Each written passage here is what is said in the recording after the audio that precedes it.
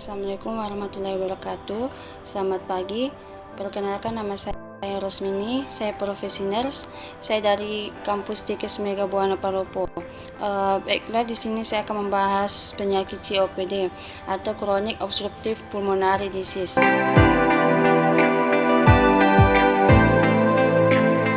Adalah penyakit paru-paru yang mengakibatkan penderitanya sulit bernafas.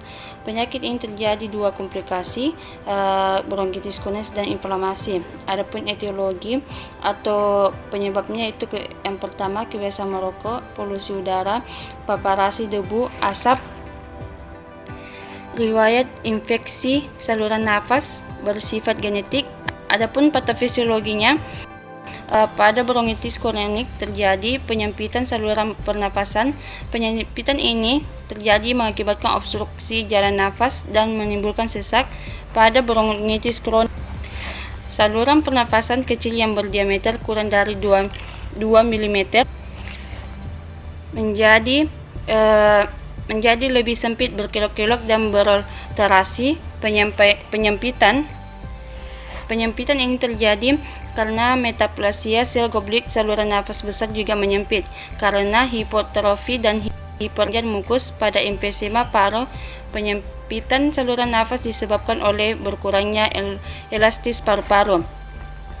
Pada emfisema beberapa faktor penyebab obstruksi jalan nafas, yaitu inflamasi dan pembengkakan bronki, produksi lendir yang berlebihan, kehilangan recoil elastik jalan nafas dan collapse bronchiolius, serta redistribusi udara ke alveoli yang berfungsi karena dinding alveolar mengalami kerusakan area permukaan alveolar yang kontak langsung dengan kapiler paru kontinum berkurang mengakibatkan kerusakan difusi oksigen. Kerusakan difusi oksigen mengakibatkan hipoksia. Pada tahap akhir eliminasi, karbodioksida mengalami kerusakan mengakibatkan peningkatan tekanan karbon dalam darah arteri atau hipoksia dan menyebabkan acidosis respiratorius. Individu dengan emfisema mengalami obstruksi kronik kealiran masuk dan aliran keluar dari paru. Untuk mengalirkan udara ke dalam dan keluar paru-paru dibutuhkan tekanan negatif selama inspirasi dan tekanan positif dalam tingkat yang adekuat harus dicapai dan dipertahankan selama ekspirasi.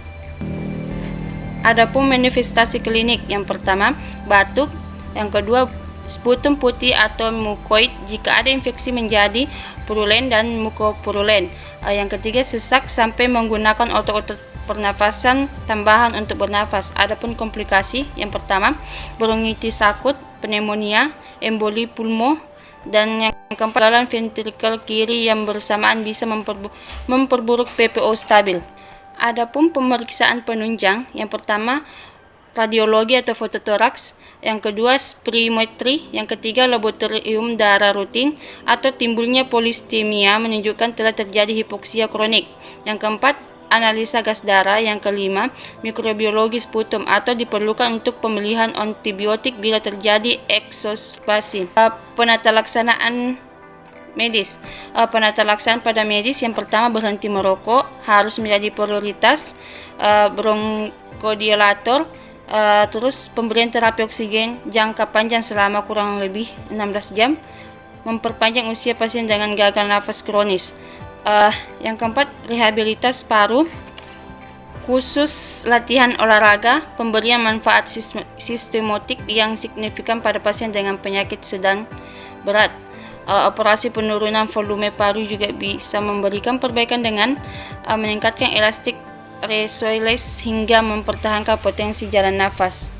Adapun pencegahannya, yang pertama berhenti merokok, kedua hindari polusi udara, ketiga hindari paparan dari pekerjaan, keempat ketahui riwayat keluarga, yang kelima dapatkan vaksin, keenam periksa ke dokter secara rutin sesuai kunjungan yang dijadwalkan, yang ketujuh jaga kebersihan diri dengan mencuci tangan setiap setengah jam atau bawa selalu hand sanitizer.